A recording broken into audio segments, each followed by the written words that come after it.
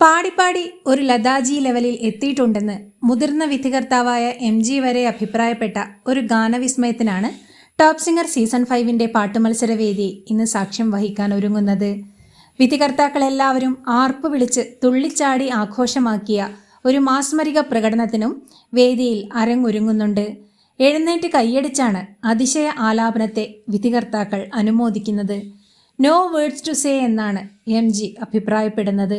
വേദിയിൽ നേരിട്ട് ചെന്ന് പാട്ടിനൊപ്പം ചുവടുവെച്ച് വാരി പുണർന്നാണ് റിമി ടോമി അനുമോദിക്കുന്നത്.